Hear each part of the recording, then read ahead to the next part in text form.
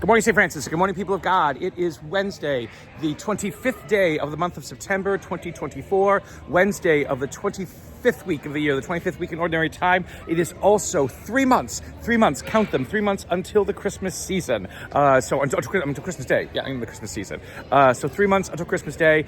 Get your shopping and your plans together because there's not much time left. So 3 months until Christmas Day. It is...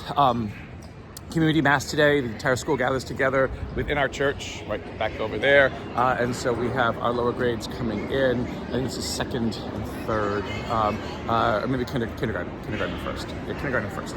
Second, third from the other way. There were some of them. Where'd they go? See their voices? There they are over there. Okay, so Community Mass is going to begin in a few minutes. So just a quick reflection. Today's, again, Proverbs continues. Again, pithy maxims here, there, and everywhere. The idea of speaking for God allows for a lot of good to happen and stuff like that. The important part of this passage, though, are the two things that the one who writes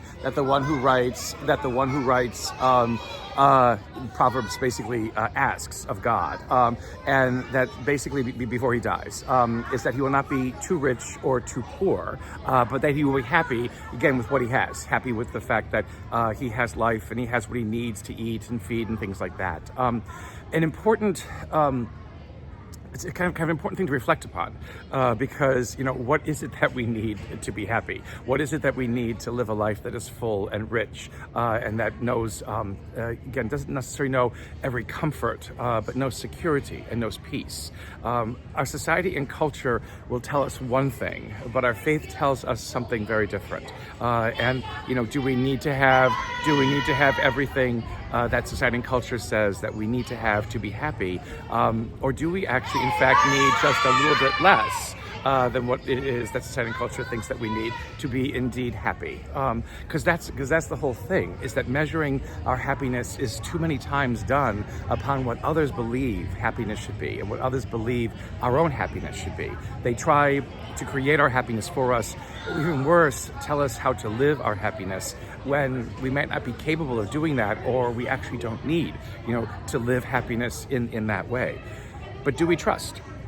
And the thing is that God is the one who provides, all these things that we need. And do we trust that what God provides is enough for us, and that's all that we need, and we don't need to go off looking for more and more, or thinking that, that what we have is not enough, and that we beg God for more and more that we actually do not need. The thing is that the writer of Proverbs says is that, again, if he has way too much, then God becomes unimportant, and then if he has too little, he's going to be left to stealing, and thereby to disobeying the commands of God. Again, the commandments do not steal. It's an important question to kind of ask ourselves, that the writer of Proverbs does. Are we able to live, with what it is that God has given us to live with, or do we constantly have to create this more, which becomes unnecessary, again, and harmful to our lives? In the Gospel today, we have the interesting thing. We have nothing that connects the first reading of the Gospel today, but in the Gospel today, we have the designation that Jesus uses for a part of those who are following him, and that is the 12.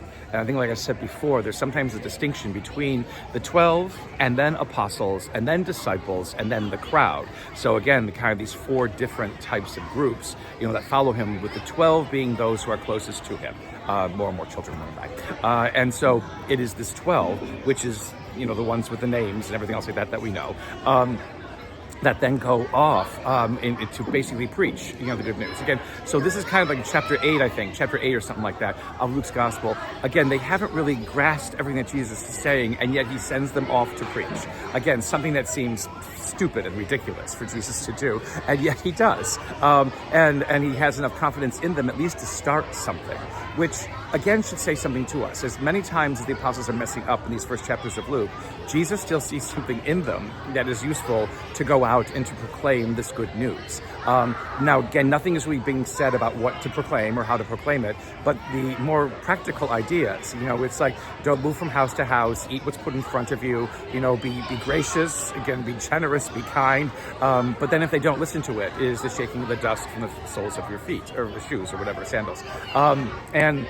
That is something that, again, is not just unique to Jesus. That was done many times in the ancient world to express displeasure and what have you. But the idea is that you have a job to do. Be gracious in doing it. But if people are not going to listen to you, then you have to move on to find those who will listen to you. That's really what evangelization is all about, is trying to bring the good news to people who want to listen to it, not to force it upon people, not to make people do it, not to guilt them into believing anything else like that. It is just to be gracious, to be generous, because that is where the heart of the gospel touches the heart of others. A blessed day, St. Francis and people of God. May the Lord give you his peace.